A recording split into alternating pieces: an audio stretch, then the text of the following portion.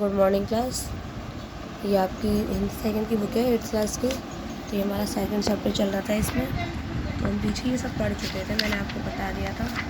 आगे जो हम पढ़ेंगे वो है हमारा व्यंजन। जिन वर्णों का उच्चारण करते हुए वायु कंठ से निकल मुख के किसी न किसी भाग को स्पर्श या घर्षण करते हुए बाहर आती है, उन्हें व्यंजन कहते हैं। व्यंजनों का उच्चारण स्वर की सहायता से ही हो सकता है, स्वर के बिना इनका उच्चारण प्राय नहीं होता है। हिंदी वर्णमाला में 33 व्यंजन हैं। उच्चारण स्थान के आधार पर व्यंजनों के भेद। स्पर्श व्यंजन, जिन व्यंजनों का उच्चारण करते हुए वायु कंठ से निकलकर मुख के किसी भाग का स्पर्श करती है वही बाहर आती है, उन्हें स्पर्श व्यंजन कहते हैं। जैसे कि ये तो मैंने आपको पहले पढ़ाया था, क ख ग कंठ, तालु, मृदा, दंत, ओष्ठ। अंतस्थ व्यंजन, जिन व्यंजनों की स्थिति पर स्वर और व्यंजन के बीच होती है अंतस्थ व्यंजन कहते हैं। इनका उच्चारण करने से स्पर्श इतना कम और क्षणिक होता है, ये स्वर से प्रतीत होते हैं। इनका उच्चारण करते समय मुख से वायु जीभ के दोनों पार्श्वों से बाहर आती है। ये चार हैं: य, र, ल, व। उष्ण व्यंजन, जिन व्यंजनों का उच्चारण करते समय वायु मुख के किसी भाग से रगड़ खाती हुई बाहर आती है और उसमें उत्पन्न होती है, उन्हें उष्ण व्यंजन कहते हैं।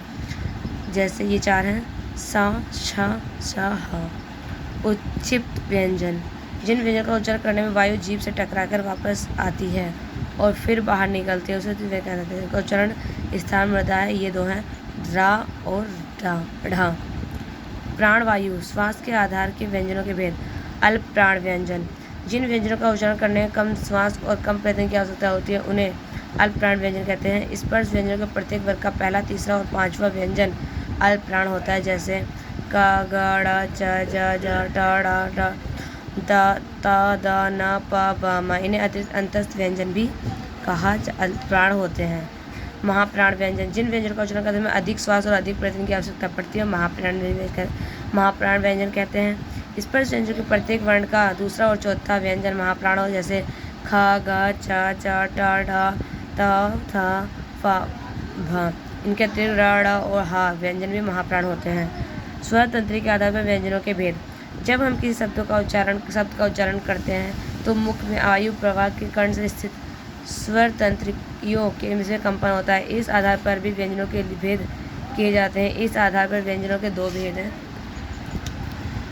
अघोष व्यंजन, जिन व्यंजनों का उच्चारण करने में स्वर तंत्रियों में कंपन नहीं होता, उन्हें अघोष व्यंजन कहते हैं।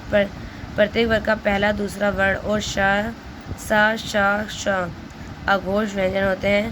क, ख, च, छ, ट, ठ, त, थ, फ, ब, फ, स। संघोष व्यंजन, जिन व्यंजनों का उच्चारण करने में स्वर तंत्रियों का कंपन होता है, उन्हें संघोष व्यंजन कहते हैं। इनमें नहीं होता है, इनमें होता है। तीसरा, चौथा, पांचवा य, र, ल, व, ह संघोष व्यंजन है। जैसे ग, घ, ड़, ज, च, ड़, ढ़, द, ध, न, ब, भ, म, य, र, ल, व, ह। अयोग्य का अर्थ है जो योग न होने पर भी साथ रहें। ये वर्ण ना तो स्वर हैं और ना व्यंजन। अयोगवा दो हैं: अंग, अंग।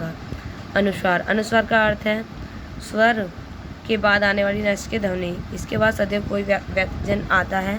इसका प्रयोग व्यंजन के ऊपर हिंदी के रूप में किया जाता है। अंदर, बंधन, कंपन, चंचल, चंपक, संत, कंगाल, पंख, पंछी आदि। अनुस्वार का उच्चारण करते समय वायु केवल नाक से बाहर आती है। अब स्पर्श व्यंजनों में पंचम स्थान पर अनुस्वार का प्रयोग हो रहा है। अतः अगर अंतस्थ और उष्ण व्यंजनों को पहले सम का प्रयोग हुआ तो माँ के स्थान पर अनुस्वार का प्रयोग होता है। संयम, संवेदना, साहित्य, सहा। अब कल हम लोग पढ़ेंगे अनुनासिक। चैप्टर फिनिश कर देंगे।